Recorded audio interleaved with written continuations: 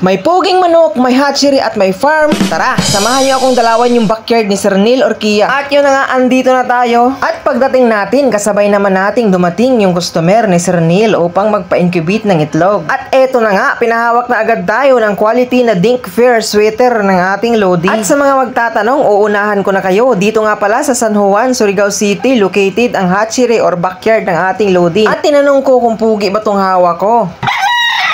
Abay, sumagot din, sheesh! At kung ikaw ay taga Surigao City na meron kang mga itlog na hindi nilimliman upang hindi mabugok, ay dalhin mo na agad dito. At sa dami ng itlog na yan, huwag kayong mag-alala, safe na safe yung mga itlog mo. Hindi magkakapalit-palit kasi napaka-organize yung kanyang ginagawa. Yan, so bali andito na si Sir Neil, mga kanokis. Bali, tapos na niyang na-load yung itlog na pina-incubate ng customer. Andun si Sir, oh. Ayun, Sir Roldan. Kaway-kaway, Sir. Ayan. What's up, mga busing, mga idol? Good day. Nandito po tayo, dito po sa aking hatchery, sa Orquilla Brothers Hatchery. Actually, meron din tayo sa likod dito, backyard na breeding. Nandito po. Kasi dito po sa Surigao City, itong area na to, bali, ang breed ko lang dito, para i-share ko lahat, 1 month, 2 months, saka 3 months. Then, pag gusto nila kumuha ng mga stocks, bull stock, nandun niya yung cord area sa Kantilan. So, ang cord area nandun sa Kantilan, Surigao del Sur, sa baryo ng Kalagdaan.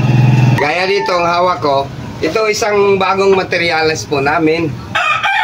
Ito po ay isang 5K sweater na Dink na nanggagaling naman doon sa Cebu kay Bibot Monsanto. Ayan. Ay, bali dalawang klase ito. Ito yung sa punkan side, yung sa light na pagka 5K. Meron ding isa na dark na 5K sweater. Itong manok na to, street breed to. Yung nanay niya 5K, tatay niya 5K. Doon pa rin sa kay Bibot Monsanto.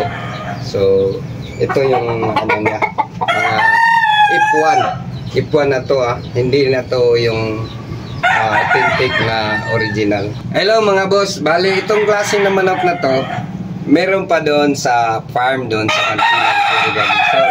So, marami pa doon kasi yun ang pinarami. Pero pinagko-cross na po siya sa mga Boston. Ayan, sa may sweaters doon din doon na lahi ng manok. Oh, di ba talagang quality yung mga nokis ng ating Lodi na si Sir Neil Orquilla? At hanggang dito na lang for today's video. Bye-bye!